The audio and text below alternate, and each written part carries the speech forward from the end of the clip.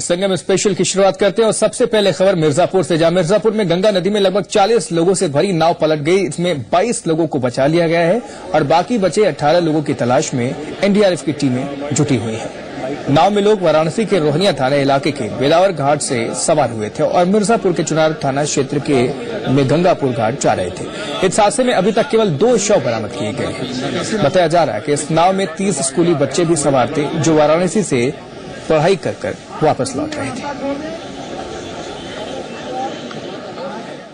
अधिकांश लोग सबके सब मिर्जापुर के रहने वाले थे। 40 की संख्या थी, जिसमें से 22 लोग जिंदा रिकवर हो गए हैं, 13 लोग मिर्जापुर साइड से रिकवर हुए हैं, 9 लोग बनारस साइड से रिकवर हुए हैं। 18 अभी नहीं मिल पा रहे हैं, वो भी बहुत जल्द मिलेंगे या डेड बॉडीज अगर हैं तो वो भी हम लोग बहुत जल्द निकाल लेंगे। तो मिर्जापुर में गंगा नदी में लगभग 40 लोगों से भरी नाव पलट गई है।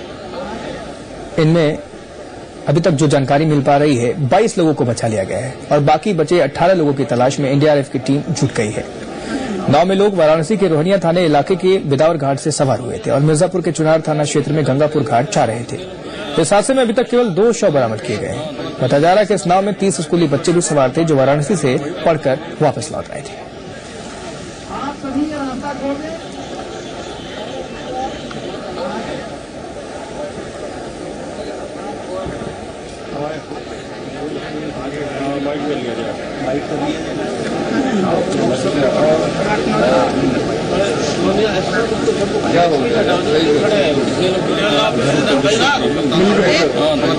आपको बताएं कि हाल के दिनों में गंगा नदी में पानी भी काफी बढ़ गया है। बाढ़ के हालात है और मिर्जापुर में गंगा नदी में लगभग इसी बीच 40 लोगों से भरी नाव पलट गई है, जिसमें 22 लोगों को बचा लिया गया है, लेकिन बाकी के 18 लोगों की तलाश में एनडीआरएफ की टीम लगी हुई है। नाव में लोग वाराणसी के रोहनिया थाना इलाके के बेदावर घाट से सवार हुए थे और मिर्जापुर के चुनार थाना क्षेत्र में गंगापुर घाट जा रहे थे और इस हादसे में अभी तक केवल 2 ही शव बरामद किए गए हैं। और साथ ही आपको बता दें कि इसमें 30 स्कूली बच्चे भी सवार थे जो वाराणसी से पढ़कर वापस आ रहे थे।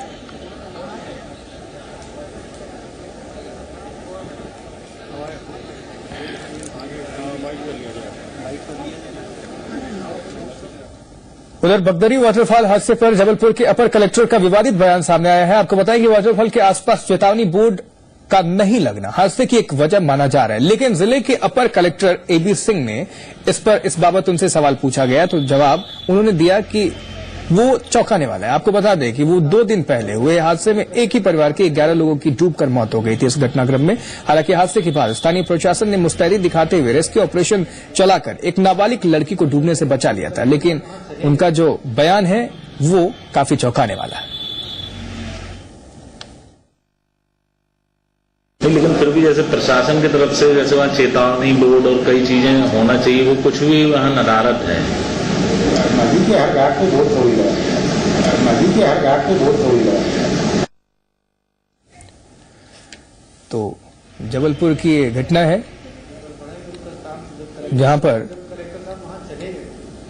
बगदारी वाटरफॉल हादसे पर जबलपुर के अपर कलेक्टर का ये विवादित बयान आपको हमने सुनाया।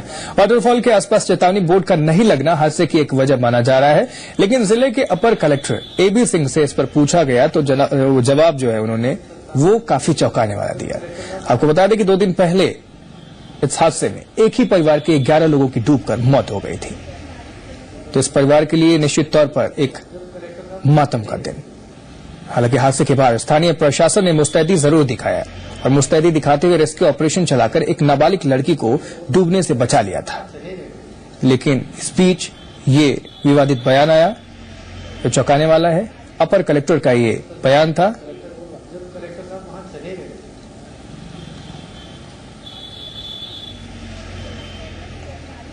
उसको लेकर काफी रोष भी देखा गया। तो हादसे पर अपर कलेक्टर का विवादित बयान। तो जिले के अपर कलेक्टर एबी सिंह से इस पर सवाल पूछा गया था और जवाब उन्होंने कुछ अजीब सा दिया। तो 2 दिन पहले हुए हादसे में एक ही परिवार के 11 लोगों की डूबकर मौत हो गई थी और इस बाबत ही उन्होंने कुछ बयान दिया और हादसे के बाद स्थानीय प्रशासन ने मुस्तैदी जरूर दिखाया। रेस्क्यू ऑपरेशन चलाकर एक नाबालिग लड़की को डूबने से बचा लिया था, लेकिन जो बयान आया वो चौंकाने वाला, क्योंकि जाहिर सी बात है कि ऐसी घड़ी में, ऐसी स्थिति में एक जिम्मेदार अफसर को इस तरह के बयान नहीं देने चाहिए। जब कलेक्टर साहब वहां चले गए,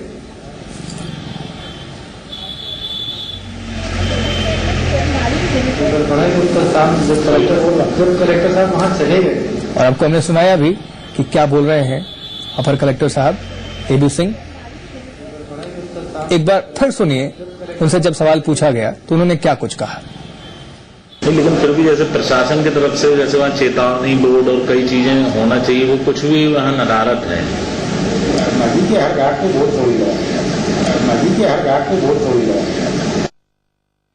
तो जबलपुर के बगदारी हादसे के शिकार 9 लोगों का मंगलवार शाम अंतिम संस्कार कर दिया गया। दरअसल बगदारी फॉल में पिकनिक मनाने गए 11 लोग पानी में बह गए थे। जिला प्रशासन और स्थानीय लोगों की मदद से 9 लोगों के शव निकाल लिए गए हैं और इन सभी लोगों का मंगलवार को मुस्लिम रीति रिवाजों के मुताबिक अंतिम संस्कार कर दिया गया। ये सभी लोग ठक्कर ग्राम के रहने वाले थे। अंतिम यात्रा में बड़ी संख्या में स्थानीय लोगों के साथ ही सियासी दलों के लोग भी शामिल हुए। पिकनिक मनाने गए 11 लोग हादसे का शिकार हो गए थे। प्रशासन ने मृतकों के परिजनों को 1.5 लाख रुपए का मुआवजा देने का ऐलान किया है, लेकिन इस बीच जो प्रशासन की तरफ से बयान आया वो चौंकाने वाला।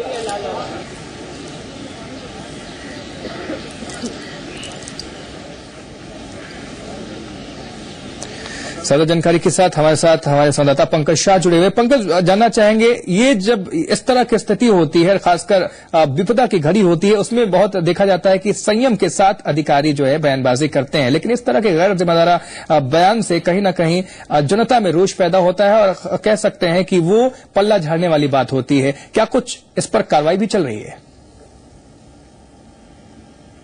पंकज, अब तक आवाज पहुंच पा रही है हमारी? आपसे तो सबसे पहली बात यह है कि ये जो खबर अब जब जी न्यूज पर चलेगी तब इस असंवेदनशीलता की बात सामने आएगी। जब हमने इनसे बात करी तो हम खुद हैरान रह गए कि एक इतने बड़े ओहदे पर होने वाला अधिकारी इस तरह की कैसी बात कर सकता है। जब उन्होंने 25 घंटे बीत जाने के बाद जब ये हमसे शेयर किया कि ये घटना कैसी हुई, उनको यही नहीं पता कि ये खबर, ये घटना कहाँ की है, कहाँ का पानी है, कैसे लोगों के साथ हादसा हुआ, वो हमसे इतिहास का क्या हुआ। हैरानी की बात है कि इतने बड़े ओहदे पर बैठने के बावजूद उन्हें यही नहीं पता कि घटना कैसे हुई। तो ये किस तरह से आम आदमी जो हादसे के शिकार है उनको किस तरह से संबल देंगे, किस तरह से उनको मलहम लगाएंगे, समझ के बाहर है। उन्होंने ये भी बड़ी जिसको बोलते हैं कि जी पंकज, आपसे जानना चाहेंगे, जाहिर सी बात है कि आपने कहा कि खबर दिखाए जाने के बाद जो है असर होता है, इसके पहले भी कह सकते हैं कि इसको लेकर काफी रोष है और इस तरह की गैर जिम्मेदारी अगर बयान जो है सामने निकल कर आते रहते हैं और उस पर यहां पर कार्रवाई होती है, क्या इस बाबत कुछ चल रहा है? और साथ ही आपसे जानना चाहेंगे कि वाटरफॉल के आसपास चेतावनी बोर्ड नहीं लगा हुआ था हादसे की, इसको भी एक वजह माना जा रहा है, इस पर क्या कुछ प्रशासन की तरफ से प्रतिक्रिया निकल कर आई है? देखिए, ये बात जब ये हादसा हुआ था सभी ने इस बात की ये बात माना कि अगर वहाँ कोई बोर्ड लगा होता, चेतावनी वाला कोई बोर्ड होता, तो शायद वहाँ पर लोग चेतते और ऐसी कदम न उठाते और फॉल के पास जाकर वो पिकनिक न मनाते। लेकिन एडीएम साहब इस बात को बड़े नजरअंदाज करते हुए कहते हैं कि किसने कहा था उनको, प्रशासन ने कहा था कि उनको वहाँ जाके पिकनिक मनाने के लिए चेतावनी का बोर्ड हर जगह नहीं लगाया जा सकता, और चेतावनी का बोर्ड अगर लगा भी दिया जाता तो इससे क्या होता। तो इसका गैर जिम्मेदाराना बयान देकर उन्होंने हैरान कर दिया है और अपनी असंवेदनशील का परिचय दिया है। जाहिर सी बात है। बहुत शुक्रिया इस जानकारी के लिए पंकज शाह आपका। तो जबलपुर के बगदारी हादसे के शिकार 9 लोगों का मंगलवार शाम अंतिम संस्कार कर दिया गया है। बगदारी फॉल में पिकनिक मनाने गए 11 लोग पानी में बह गए थे।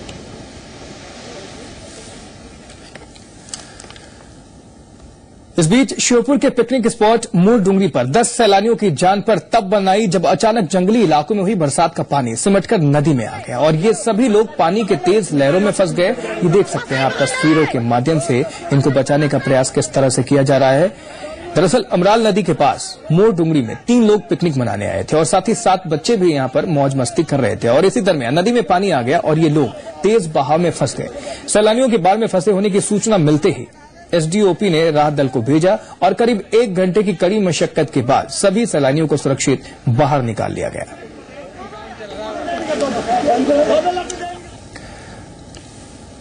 इसके बाद बढ़ते हैं आगे और बड़ी खबर ले रहे हैं। मेरठ गैंगरेप और धर्म परिवर्तन मामले में पुलिस ने 2 और आरोपियों को गिरफ्तार किया है। इससे पहले पुलिस ने 3 लोगों को गिरफ्तार किया था। महिला ने गैंगरेप के बाद जबरन धर्म परिवर्तन का आरोप लगाया था। ज्यादा जानकारी के साथ हमारे संवाददाता राजीव जुड़ चुके हैं। राजीव, जानना चाहेंगे क्या जानकारी मिल पा रही है? 2 और लोगों की गिरफ्तारी हुई है इस मामले में। चलिए, यहां पर लग रहा है तकनीकी समस्या की वजह से हमारा संपर्क हमारे संवाददाता तक नहीं हुआ। बहरहाल अब तक हम खबर पहुंचा दें कि मेरठ गैंगरेप और धर्म परिवर्तन मामले में पुलिस ने 2 और आरोपियों को गिरफ्तार किया है और इससे पहले पुलिस ने 3 लोगों को गिरफ्तार किया था। महिला ने गैंगरेप के बाद जबरन धर्म परिवर्तन का आरोप लगाया था।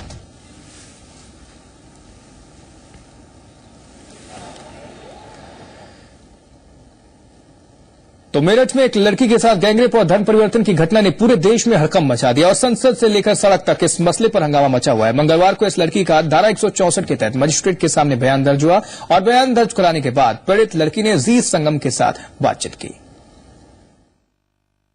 जो और भी लड़कियां वहां पर हैं, उनका भी जबरन धर्मांतरण किया जा रहा है, धर्म चेंज किया जा रहा है। हाँ जी, पहला फुसलागर करवाते हैं या किसी लड़के के थ्रू करवाते हैं या खुद करवाते हैं, कैसे भी करवाते हैं मगर करवाते हैं। हिंदू लड़की के वहाँ पे शोषण वगैरह सब कुछ, मतलब टोटल हर चीज, जैसे भी वो तो नहीं पता किस कौन कौन है, मगर बहुत सारी लड़कियां। उन्होंने ये भी कहा था जहाँ पे शिफ्ट पहले एक जगह नहीं रखा था, कभी किसी जगह कभी किसी जगह ऐसे, और पहले एक जगह रखा था तो वहाँ पे कह रहे थे कि एक आंध्र प्रदेश की लड़की आई थी, वो तो इतना नहीं रोती थी तुमसे पहले, तो इससे पहले कोई और पंडित की लड़की भी वहाँ पे रुकी थी, उनके मुंह से ही निकला था जब वो मेरी हल्की फुल्की मार पिटाई भी करते थे जैसे मैं रोया करती थी। उसके बाद में वो दो ताई पता नहीं कौन कौन से वहाँ पे भी रखा। उसके बाद में मुजफ्फरनगर में भी फुलत वगैरह सब, यहाँ पे बहुत सारे मदरसे। उन्होंने कहा कि तुम क्यों परेशान हो, तुम जैसी और लड़की भी तो बहुत आती हैं, वो तो नहीं इतना परेशान होती हैं। और उन्होंने मुझे एक किताब दी पढ़ने के लिए, उसमें सब सारी हिंदू लड़की के किस्से थे जिनका धर्म चेंज हुआ था। अब मुझे नहीं पता जो वो लड़की खुद मुकर जाती हैं बाद में क्या होता है, उन्हें इस कदर अपने उसमें कर लेते हैं। उस तरह से सामने आई कि जो लड़कियों को दूसरे देशों में भेजा जाता है, ये बात कैसे सुनी आपने? जी, वहाँ पे एक मुंबई के वहाँ से एक मौलाना वगैरह आए थे, उन्होंने कहा कि यहाँ पे कोई दिक्कत है वहाँ पे भेजा जाए या फिर उससे भी आगे भेजा जाए, ऐसा उन्होंने कहा था। आपको लगता है कि इतना बड़ा कांड आपके साथ हुआ है, पुलिस प्रशासन सरकार आपको न्याय दे पाएगी? किस सरकार से क्या कहना चाहेंगे? उत्तर प्रदेश के मुख्यमंत्री अखिलेश यादव से आप जी मीडिया के जरिए क्या कहना चाहेंगे? जैसे कि मेरे साथ जो हो चुका है वो तो मेरे पे बीती है, मैं औरों के साथ न होने दूं, मैं ये चाहती हूँ। और मैं चाहती हूँ कि मैं अब पढ़ना चाहती हूँ और मुझे किसी चीज की अब कोई ऐसी चाहत नहीं है। पूरे गिरोह का मास्टरमाइंड कौन है? आप इतने दिन उनके साथ रही, आपने क्या क्या उनकी बातें सुनी कि क्या आपको लगता है कि उनका मकसद क्या है? मास्टरमाइंड कौन हो सकता है? मास्टरमाइंड कोई इतने आगे तक नहीं पहुंची थी मैं, उससे पहले मैं वहाँ से आ गई थी। किस तरह उनके चंगुल से आप निकली? जी 3 तारीख की सुबह को, पहले तो मैं वहाँ पे सोई नहीं थी, सोने के लिए मुझे जमीन पे लिटा दिया गया था और एक कमरे में बंद थी मैं। और जब मैं वहाँ से बाहर आई तो मैंने ऐसे देखा तो मेरी आंखें एकदम धुंधली हो गई थी, आसमान देखा मैंने तो कहीं से मुझे बाहर नहीं निकाला गया था। और जैसे वहाँ पे ना चिनाई चल रही थी, मदरसा और बन रहा था, तो वहाँ पे ना 8 बजे ना वो आए बनाने वाले, चिनाई करने वाले। तो जो चिनाई करने वाला है तो एक गेट तो बड़ा था, वो तो कभी खुलता ही नहीं था, तो थोड़ा सा एक गेट खुला। अब मैं कि मुझे बाहर मारेंगे तो न्यूज में तो आएगी, कम से कम मेरे घर वालों को ये तो पता चल जाए कि मैं मर चुकी हूँ। उन्हें ये भी नहीं पता था कि हमारी बेटी कहाँ पे है। वो मुझे गलत सोच रहे थे कि मैं किसी और के साथ में भाग गई हूँ, मगर ऐसा नहीं था। मैं उनके चंगुल में फंसी हुई थी और मैंने वहां से मैं कूदी हूँ, उनके नीचे कूदी हूँ मैं, वहीं गलियों में भटकने लगी। फिर वहां से एक भैया आए थे, 30-35 साल के होंगे, मैंने वो भी मुसलमान थी, लेकिन मैंने उनसे कहा कि मैं मुसलमान हूँ और मुझे आप ऑन रोड पे छोड़ दीजिए, दवाई लेने के लिए जाना है। अंकल के हाथ में मैंने कलावा देखा, उनसे मैंने अपने घर फोन करवाया कि ऐसे ऐसे मैं यहाँ पे रोडवेज पे हूँ और यहाँ से बैठने वाली हूँ, मेरे घर वालों को बुला लीजिए। फिर वहाँ पे भैंसाली अड्डे पे मेरे घर वाले, मेरे परिजन, मुझे मेरे ताऊ जी, मेरे भैया वहाँ पे मुझे लेके आए और फिर वहाँ पे थाना खरगोदा में लेके गए। अच्छा, एक आखिरी सवाल आपसे पूछना चाहूंगा, जिस मदरसे में आप पढ़ाती थी वहाँ पर आपके साथ कुछ बदसलूकी होती थी और क्या मदरसे के लोगों ने आपको वहाँ से जबरदस्ती आपको किडनैप किया? जी, मदरसे के लोग तो ऐसे नहीं थे, वो तो प्यार से मुझे बहला फुसला के कहते थे कि धर्म चेंज करो, वरना तुम दोजख में जाओगे, तुम यहाँ भी जलोगे और सारी जिंदगी वहाँ भी जलना है। मैं बुरी तरह से मैं उन पे विश्वास हो गया, मैंने पूजा करनी भी बंद कर दी थी उनकी बातों में आकर के। और वो कहते थे कि तुम कुरान शरीफ पढ़ो और कुरान शरीफ की आयत वगैरह। मैं कुरान पे यकीन। आपका किडनैप कैसे किया, कहाँ से किया गया? किडनैप वहाँ से ही मेरी फ्रेंड के थ्रू हुआ है। मेरी एक फ्रेंड थी, उसके थ्रू हुआ है। सनसनीखेज खुलासे इस पीड़ित लड़की ने किए हैं, उससे कहीं न कहीं सरकार की जो नींद है उसका खुलना बेहद जरूरी है। हापुड़ से कैमरामैन निशांत के साथ अनुराग चड्ढा, सी मीडिया। प्रधानमंत्री नरेंद्र मोदी भले ही कड़ी सुरक्षा व्यवस्था के बीच रहते हों, लेकिन खुफिया एजेंसियों ने 15 अगस्त पर मोदी की सुरक्षा को लेकर आतंकी अलर्ट जारी किया है और पहली बार मोदी स्वतंत्रता दिवस पर लाल किले की प्राचीर से देश को संबोधित करेंगे और इसको लेकर खुफिया एजेंसियों ने आतंकी हमले की आशंका जाहिर की है। वरिष्ठ खुफिया अफसरों का कहना है कि पिछले 20 सालों में किसी भी भारतीय प्रधानमंत्री के मुकाबले नरेंद्र मोदी पर ज्यादा खतरा है। मोदी पर खतरे के अलावा खुफिया एजेंसियों ने यह भी अलर्ट जारी किया है कि इंडिपेंडेंस डे पर राजधानी के बाहरी इलाकों में आतंकी हमला हो सकता है और इसके पीछे लश्कर-ए-तैयबा और सिमी का हाथ हो सकता है। आतंकी खतरे को देखते हुए मोदी की सुरक्षा और कड़ी कर दी गई है और साथ ही 15 अगस्त के दिन कार्यक्रम स्थल के आसपास भी सघन सुरक्षा व्यवस्था होगी।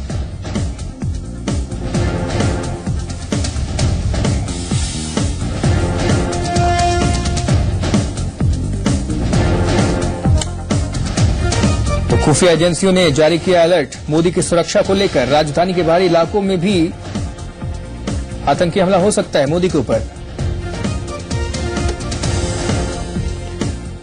और इस बीच बड़ी खबर पर नजर डाल रहे हैं। जाने माने कार्टूनिस्ट प्राण इस दुनिया में नहीं रहे। लंबी बीमारी के बाद आज उन्होंने गुड़गांव के मेदांता अस्पताल में आखिरी सांसें ली। प्राण, ये वो नाम है जिन्होंने चाचा चौधरी, साबू जैसे कार्टून कैरेक्टर को इतना पॉपुलर किया था कि ये आज भी घर घर की पहचान बन गए। प्राण ने बिल्लू, पिंकी का कैरेक्टर भी गढ़ा जो कि बच्चों में खासा पॉपुलर है। गुड़गांव के मेदांता अस्पताल में 75 साल की उम्र में प्राण का निधन। मशहूर कार्टूनिस्ट प्राण।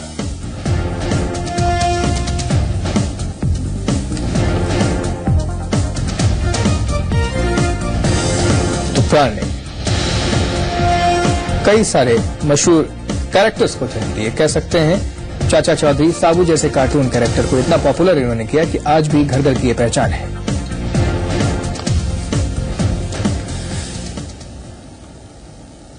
उधर ग्लासगो कॉमनवेल्थ गेम्स में महिला एयर पिस्टल प्रतिस्पर्धा में गोल्ड मेडल जीतने वाली राही सरनोबत को महाराष्ट्र सरकार ने सम्मानित किया है और राज्य सरकार ने राही सरनोबत को डिप्टी कलेक्टर के पद पर नियुक्ति दी है।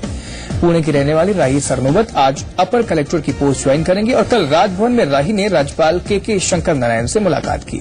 इस मौके पर राज्यपाल ने उन्हें बधाई भी दी और आगामी एशियन गेम्स के लिए शुभकामनाएं दी। विश्व स्वास्थ्य संगठन यानी WHO दीनदयाल उपाध्याय गोरखपुर विश्वविद्यालय में फेसियोलासिस जैसी बीमारी पर शोध करने के लिए अपना केंद्र स्थापित करने जा रहा है और खास बात यह है कि देश का यह पहला ऐसा केंद्र होगा जहां पशुओं में होने वाली बीमारी फेसियोलासिस पर अध्ययन किया जाएगा। इस बात की जानकारी WHO के अधिकारियों ने विश्वविद्यालय प्रशासन को दे दी।